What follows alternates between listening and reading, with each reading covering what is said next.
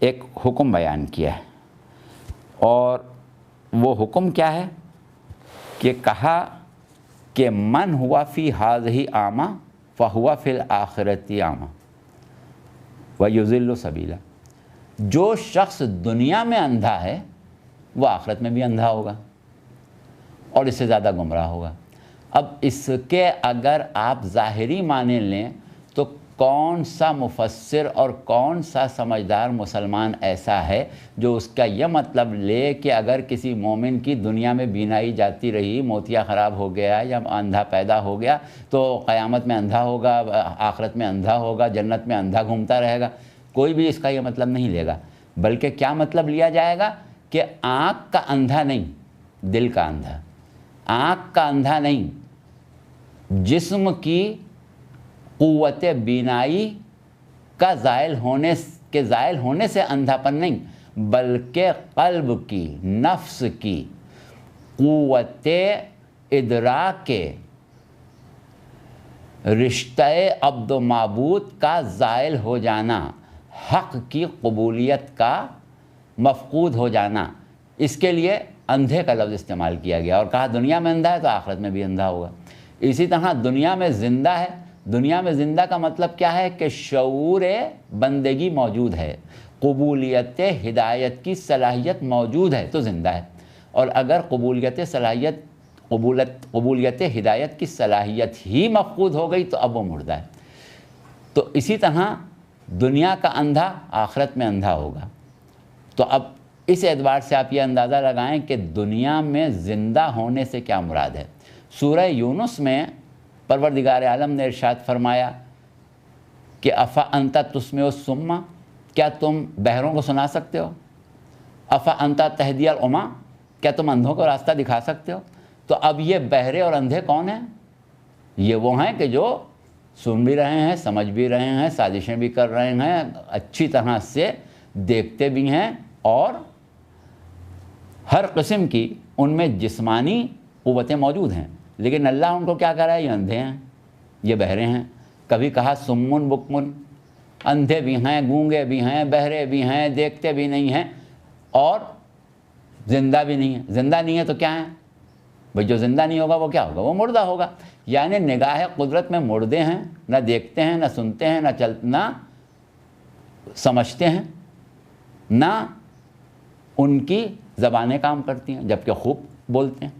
تو کیا ہوا کہ قدرت کی طرف سے کسی کو غیر فعال جسم قرار دینا، وہ دراصل جسم کی فعالیت کی طرف نہیں بلکہ اشارہ اس کے نفس کی فعالیت کی طرف ہے۔ تو اب اگر کوئی شخص زندہ ہے، چل رہا ہے، پھر رہا ہے، کھا رہا ہے، پی رہا ہے، ہم اس کو زندہ کہہ رہے ہیں، لیکن قدرت کیا کہہ رہی ہے کہ یہ زندہ نہیں ہے، یہ مردے ہیں، یہ تو چلتی پھرتی میتیں ہیں۔ اور اگر ہم کسی کو دیکھ رہے ہیں کہ وہ قتل ہو گیا، اس کے جسم کے ٹکڑے ٹکڑے ہو گئے، اس کا خون بہہ گیا، اس کا جسم پیوند زمین ہو گیا، لیکن اللہ کیا کہہ رہا ہے کہ لا تحسبن الذین قتلوا فی سبیل اللہ امواتا، کہ جو لوگ اللہ کی راہ میں مار دیے گئے ان کو تم مردہ نہ سمجھنا، زندہ ہیں، تم کو ان کی زندگی کا شعور نہیں ہے، یا زندہ ہیں، اپنی پروردگار عالم کی بارگاہ سے رزق پا رہے ہیں۔ تو کیا ہوا کہ ہماری نظر میں مردے ہیں، اللہ کی نظر میں زندہ ہیں۔ تو اب ہماری گفتگو کا لب لباب کیا ہوا کہ پوچھا جا رہا ہے کہ مردے سے توسل کر سکتے ہیں، مردے سے مدد مانگ سکتے ہیں، مردے کے پاس جا سکتے ہیں۔ تو سوال یہاں پر یہی ہے کہ اگر وہ نگاہ قدرت میں مردہ ہے تو آپ کی نظر میں زندہ بھی ہو تو نہ آپ اس سے توسل کریں، نہ آپ اس سے مدد مانگیں، نہ اس سے آپ اپنا کوئی تعلق رکھیں۔ اور اگر آپ کی نظر میں مردہ ہے لیکن اللہ کی نظر میں زندہ ہے تو پھر وہ ایسا زندہ ہے کہ اس کی زندگی کا دائرہ کار مزید وسیع ہو چکا ہے۔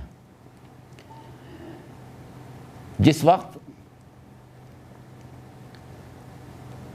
انبیاء علیہ السلام نے اور خصوصاً پیغمبر اسلام صلی اللہ علیہ وسلم نے مات کے اوپر گفتگو کی، لوگوں کو حیات بعد از موت کے بارے میں سمجھایا تو سب سے زیادہ جس چیز پر اعتراض ہوتا تھا، سب سے زیادہ لوگوں کو جو پریشانی ہوتی تھی وہ حیات بعد از موت کو ماننے میں ہوتی تھی۔ وہ کہتے تھے جب ہم مر جائیں گے، جب ہم گل سڑ جائیں گے، جب ہماری ہڈیاں گل جائیں گی تو ہم کیسے زندہ ہو جائیں گے، ہم کیسے زندہ رہیں گے، ہمارے آباء و اجداد کہاں ہیں؟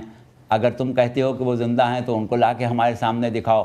لوگ سڑی ہوئی ہڈیاں لا کے کہتے تھے کہ دیکھو ہم تم کو ایک ایسے شخص سے ملوائیں جو یہ کہتا ہے کہ یہ زندہ ہیں، تو یا زندہ ہو جائیں گے، ایک وقت آئے گا جب یہ نکل آئیں گے قبروں سے، تو یہ کیسے ممکن ہے؟ تو کہنے کا مقصد یہ کہ عقل انسانی نے حیات بعد از موت کو ہمیشہ قبول کرنے میں کراہت کی ہے، اور یہ فطرت انسانی آج تک چلی آ رہی ہے کہ لوگ دنیاوی اعتبار سے رشتہ روح و جسم کے منقطع ہونے کو فنا سمجھنے لگے، اور اس اعتبار سے مردے سے مانگنا گویا قبر کے سے مانگنا یا راکھ کے ڈھیر سے مانگنا یا خاک کے ڈھیر سے مانگنا یہ سمجھنے لگے ہیں۔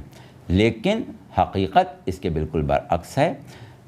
فرمان امیر المومنین علیہ السلام ہے کہ موتو قبل ان تموتو، مر جاؤ قبل اس کے کہ تم مرو۔ تو مر جاؤ قبل اس کے کہ تم مرو کا مطلب کیا؟ یہ نہیں کہ خودکشی کر لو، بلکہ صورت کیا ہے کہ وہ شعور بندگی، وہ علامات حیات عقلی جن کی بنا پر پروردگار عالم ان کو زندہ کہہ رہا ہے، جن میں شعور بندگی اتنا ہے کہ ہدایت کو قبول کر سکیں۔ اب یہ ہے مادہ حیات عقلی ہے، اور حیات کی شدت کے درجات ہیں۔ جتنا حیات کی شدت کا اثر یا مادہ حیات عقلی انسان میں بڑھتا جاتا ہے، اتنی اس کی حیات میں شدت پیدا ہوتی جاتی ہے۔ اور اگر یہ مادہ عقلی ایک مرتبہ ارتقاء کی منزلیں طے کرنا چھوڑ دے تو عقلی طور پر موت واقع ہو جاتی ہے، جیسا کہ امام صادق علیہ السلام نے فرمایا کہ جس کے 2 دن ایک جیسے گزر گئے اس کی موت واقع ہو گئی۔ تو اب یہ فلسفہ موت کا اور حیات کا مکمل طور سے آپ کے سامنے آ گیا ہے۔ اس کی روشنی میں اس طریقے سے غور کریں کہ مردہ کون ہے اور زندہ کون ہے۔ توسل اور مدد مانگنا، اگر آپ کے ذہن میں یہ بات ہے کہ زندہ سے جائز ہے تب تو اس کے آگے بات کرنے کی ضرورت ہی نہیں، کیونکہ وہ نگاہ قدرت میں زندہ ہے۔ اور اگر آپ یہ سمجھتے ہیں کہ نہیں زندہ سے بھی نہیں مانگنا چاہیے تو پھر یہ ایک الگ سوال بنے گا، اس کا الگ جواب ہوگا۔ یہاں پر مردے سے مدد مانگنے کی بات تھی، اس لیے ہم نے اتنی گفتگو کر لی، اور اس کے بعد صرف آخر میں 1-2 جملے ہم آپ کو اور بتا دیں کہ زندگی، کیونکہ ابھی مردے کی بات ہو رہی تو زندگی بھی بات کریں۔ زندگی کیا ہے؟ زندگی کی کیفیات مختلف ہوتی ہیں اور قوت حیات کی شدت مختلف ہو سکتی ہے، لیکن لوازم حیات ہیں کچھ کہ جن سے حیات مرتب ہوتی ہے۔ ایک چیز ہے حیات وجود، ایک چیز ہے گرد و نواح کا ماحول، ایک چیز ہے اختیار کا دائرہ، اور ایک چیز قوت یا شدت۔ یہ چیزیں جب جمع ہوتی ہیں تو حیات وجود میں آتی ہے۔ اب اگر انسان دنیا میں ایمان، تقوی، معرفت، تزکیہ اور وہ تمام چیزیں کہ جو قوت حیات میں یا مادہ حیات میں شدت پیدا کرتی ہیں دنیا میں پیدا کر لے تو پھر وہ دنیا میں بھی زندہ ہے اور ظاہری موت کے بعد بھی زندہ ہے، اور نہ پیدا کر سکے تو دنیا میں بھی مردہ ہے اور ظاہری موت کے بعد بھی مردہ ہے۔ والسلام۔